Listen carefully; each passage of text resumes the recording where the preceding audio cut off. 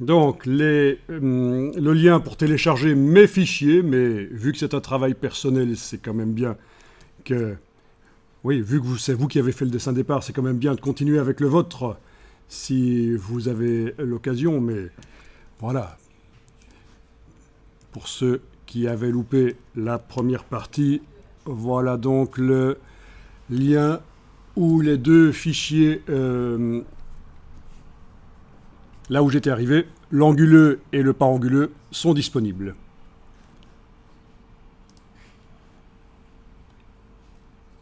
C'est évidemment un I majuscule ici. Est-il besoin de le dire? Donc, j'ouvre les fichiers dans Illustrator.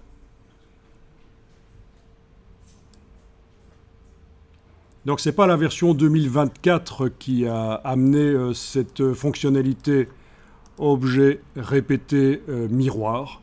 Ça existait avant. Ça doit dater de la 2022, je pense.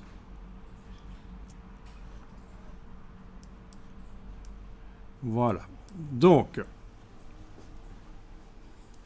je vais continuer avec le texte. Vous avez une version anguleuse aussi et une version pas anguleuse. Vous pourriez tester éventuellement. Mais ça va pas être évident là. Il vaut mieux qu'on ne teste pas dans un premier temps. Là, je pense que ça va être un peu trop complexe de faire le mix entre les deux. On le fera plus tard. Quand on aura décomposé, quand on sera sorti de ces systèmes de symétrie dynamique, ce sera plus simple.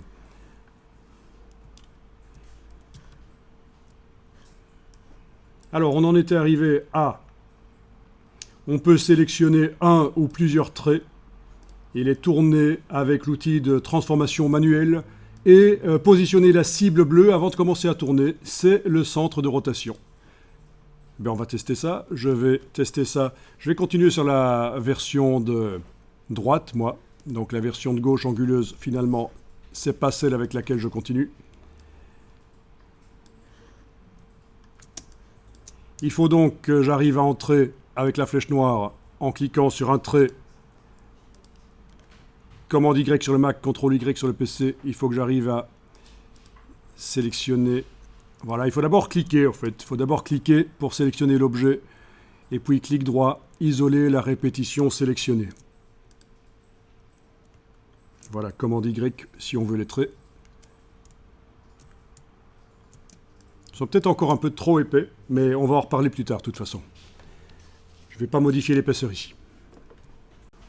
Voilà, maintenant que les vecteurs apparaissent, je vais tester ça. Donc, avec la flèche noire, parce qu'on n'a pas affaire à un groupe, donc on peut activer. Si j'avais affaire à un groupe, j'utiliserais la flèche blanche plus pour sélectionner l'entièreté d'objets sans que les autres se sélectionnent. Mais la flèche noire, ça marche. Et donc, je vous rappelle qu'on a désactivé le système de cadre de sélection et qu'on fait apparaître le cadre donc, de transformation manuelle quand on le souhaite avec l'outil de transformation manuelle ici, qui n'apparaît, je vous rappelle encore une fois, que quand on a demandé ici, la palette des outils avancée. Et donc voilà, transformation manuelle, vous avez cette cible bleue, c'est le centre de rotation. Donc je peux dire par exemple, tiens, je vais le positionner ici.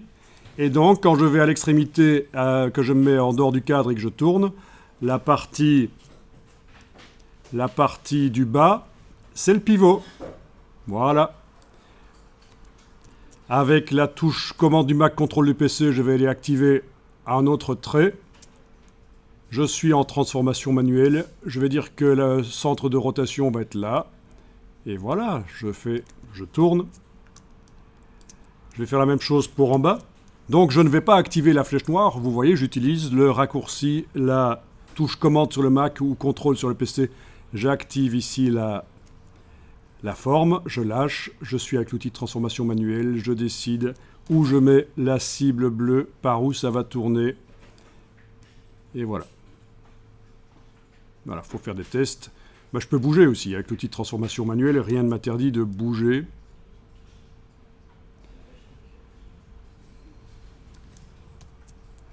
De transformer aussi, bien sûr. Si je prends une poignée, waouh, pas comme ça.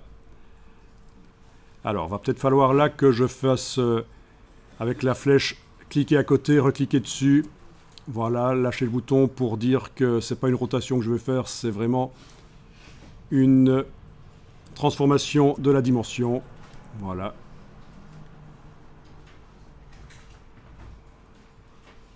Ok. Donc ça, c'était cette partie-ci. Et ça a peut-être été une découverte pour certains qu'on pouvait modifier avant de tourner. On pouvait modifier le centre de rotation. Très intéressant si vous voulez modifier une articulation, un bras ou des choses comme ça. Bien sûr, vous allez positionner la petite cible bleue à l'endroit où ça doit être le centre de rotation. Bon, je vais enregistrer le fichier. Même si, en enregistrant à chaque fois sous un nom différent, ça me sort de la symétrie, ça vaut la peine. Voilà. Commande Y, voilà.